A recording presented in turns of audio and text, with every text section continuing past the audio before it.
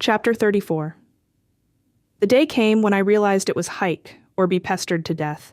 It began when Eric left a paper on the dining room table. I told him to take it to his room. He looked at me defiantly. I don't want it. I told him to take it to his room anyway. After several exchanges, he went to his room with the paper. I figured that the confrontation was over, but he was back. When he caught my eye, he held his paper over the waste paper basket and methodically tore it into little bits. Does that prove it? I don't want it. What could I say? I wish that his preschool teacher could be there at that moment. She would know what to say. He had come under her sway in the first fall of our move to the valley, when I was wringing my hands in desperation, wondering how to keep him entertained and out of Godey's reach, and knowing that companionship with the neighbor boys was more regurgitation than relief. I had taken him to a little kindergarten over on 122nd and Powell.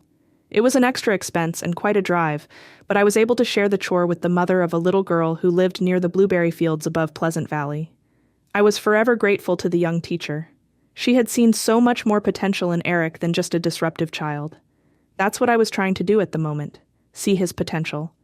But his next jibe was disruptive.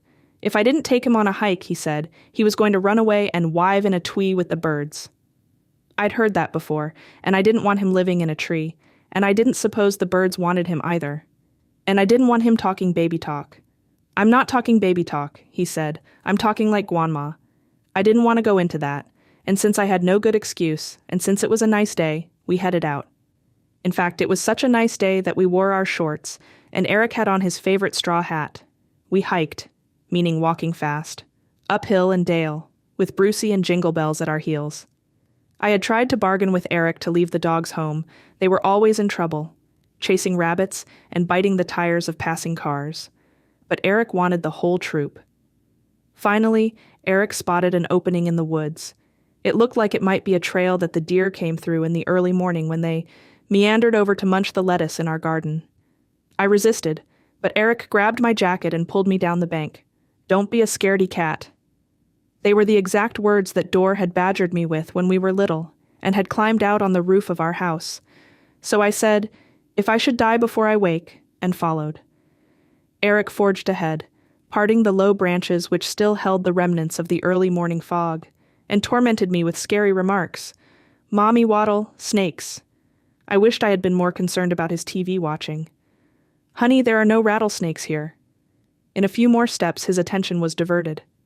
What's that? I expected to see a rattlesnake, but there just off the path was something just as scary, a small skull. It's a cat skull, Eric toyed with the words. What's a cat skull?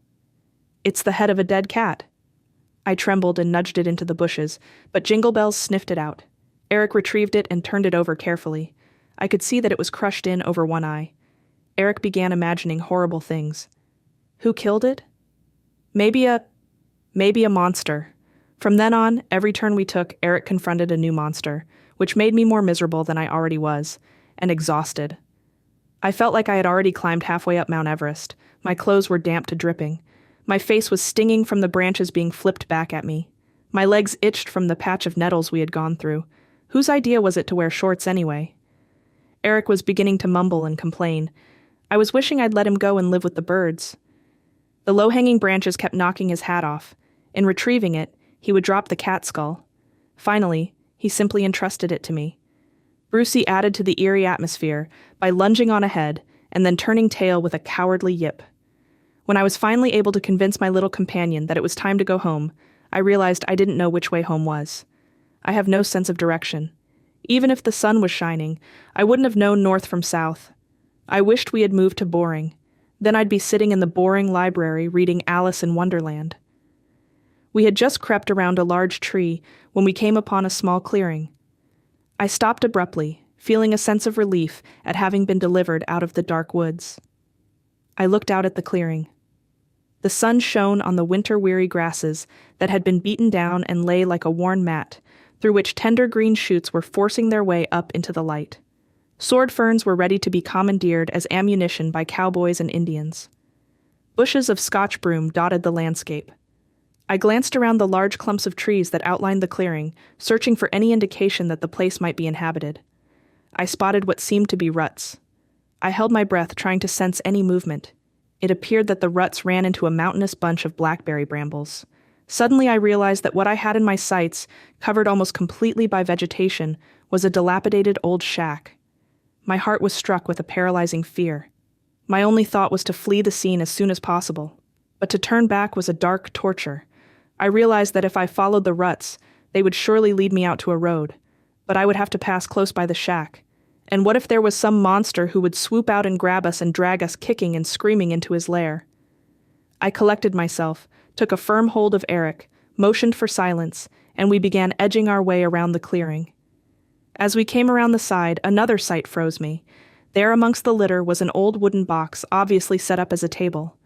On top were opened tin cans, and drawn up like a bench was a chopping block. I crouched behind a bush, too frozen to move, afraid that some scary old man would come out of the door and sit down to eat. We might have to wait for hours while he consumed his meal, or maybe he would spot us. I wanted to run, but I was too rattled. I pulled Eric beside me and motioned for him to be quiet. I had a crazy thought. If some wild man kills us, at least that would satisfy my mother-in-law. She'd say, "Ja, now we can relax. De tiered shoe has dropped." Suddenly I heard a twig snap. Jingle bells began to bark. Brucey yipped. In a frenzy, I grabbed Eric's hand and began running down the rutted trail. I dropped the cat skull. Eric jerked away to retrieve it, but I grabbed him and dragged him along until he could get his footing. During the scuffle, Eric lost his hat, but I pulled him on because now I realized that something was indeed following us.